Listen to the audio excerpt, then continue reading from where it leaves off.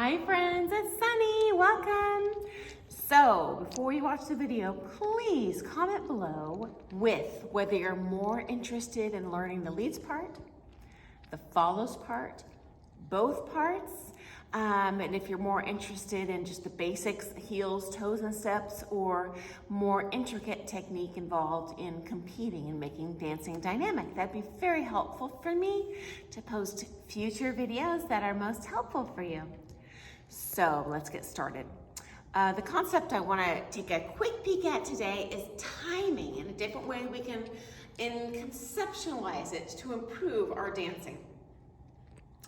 So obviously when you start out dancing, the first thing we need to learn is just quicks and slows. And every single dance step has a quick and slow that we traditionally do. So the most important thing is that you can count the beats of the music. Once we get that down, for example, in foxtrot, slow, quick, quick, slow, quick, quick, and we reliably do that on beats 1, 2, 3, 4, 1, 2, 3, 4. For your whole routine for an entire song, then we can add more acceleration and deceleration, which is what creates maximum flight through swinging and maximum shape through swaying. How we do this, there's a little bit of physics involved, and so I want to show you how we calculate that intellectually. Okay? So if you can zoom in on this just for a second. Okay. Acceleration equals the final velocity minus the initial velocity divided by the time. So this is a mathematical fact. And while I'm dancing, I'm doing this with every single step. I have a cessation of movement, for example, in waltz, when I close the feet. So 1, 2, I have a cessation of movement, and then I accelerate into the next movement. Waltz would be probably the most extreme of the dances because we have a lot of closed steps in there where I'm going from a velocity of 0 to a higher speed. Velocity is the speed, acceleration is the rate, the increase. Okay. So let's look at that in a natural turn leads. And I'll put some numbers on there just so we can understand how that equation works. So I'm going to have an initial velocity, we'll say, of 12 feet per second. Okay. I have an ending velocity of 0, right?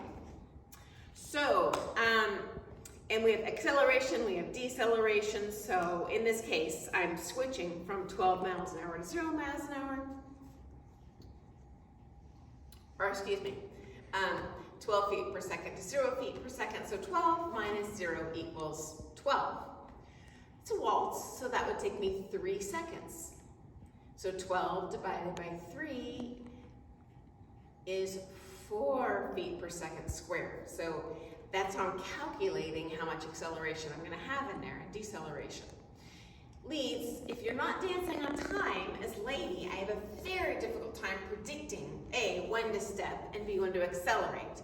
And as lady, I'm trying to maximize my shape and my speed to be complementary to yours. And if you're not dancing that reliably throughout the song, I'm going to dance very cautiously with a small shape so I don't separate and pull on you, okay?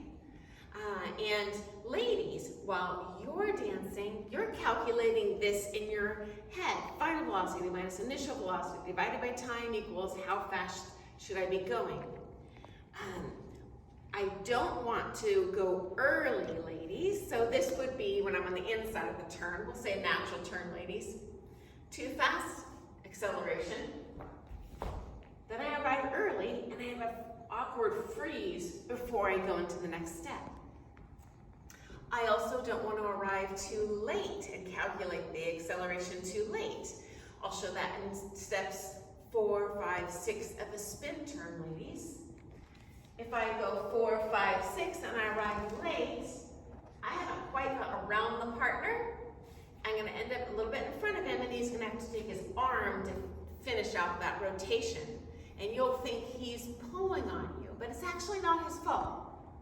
You didn't time your acceleration properly with his. So when you're on the outside of the turn, ladies, often when you're going forward, I really want to zoom faster than him. And then land with him, as opposed to one speed. That's minimum acceleration, deceleration, and that's not really competitive dancing. That works socially, and certainly we have to initially learn that way. But we are definitely going to add the acceleration element in there. And leads, it's up to you to create a reliable acceleration when you're doing these figures. So as lady, I can predict my movement to best complement yours. So ladies, I'm always going to power super aggressive when I'm on the outside of the turn. I'm going to be very patient when I'm inside of the turn, and waltz, that would mean delaying the close of the feet.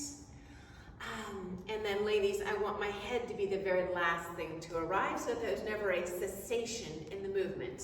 So for example, on the inside of a natural turn, ladies, we don't want 1, 2, 3, spin turn, 4, 5, 6. Very robotic, boring as all can get out. That's going to get you nowhere in competition. I want to delay when I'm inside of the turn. 1, 2, 3, and then I want to zoom when I'm on the outside of the turn. 4, 5, 6, So hopefully we can see the difference. I'll show that one more time, ladies, from another angle, because this is just as important for you as it is for him. Now, ladies, you don't need to actually do all of this math in your head while you're dancing. But even as a beginner, you're subconsciously doing this as you learn how to be a good light follower, okay? So you're definitely feeling this in your body. Maybe you don't realize the math behind it, but there's definitely physics involved. I'll show that again, ladies. I'm gonna go backwards this way. Natural spin turn. I'm inside the turn delaying. 1, 2, 3, spin turn. 4, 5, 6, okay. And I'll show bad. 1, 2, 3, 4, 5, 6. You probably didn't see any acceleration and deceleration in there. So leads, I'll show that for you one more time. Here's okay leading. Actually, the worst leading is if he's not on time at all, but we'll pretend at least you can count 1, 2, 3 correctly. Here's okay dancing. 1, 2, 3, 4, 5, 6. You're gonna have a heck of a time getting enough rotation on that spin turn, but it can be done. And here's a little bit better thinking about the acceleration, and deceleration is just as important to catching your weight so you can complete the shape and go somewhere else. 1, 2, 3, and 4, 5, and 6, and decelerate. So hopefully that's been helpful. If we can incorporate that into every step of our dancing, in every dance, you're going to end up with better flight, better sway, better shape, better swing. And obviously leads for you, it's really critical to do that movement reliably and to stay on time. That helps me as lady do my part best. So hopefully that's been a helpful new way to envision your timing and make that more beautiful, bigger dancing for you and lighter in the arms. Thanks so much for joining me today. Bye, guys.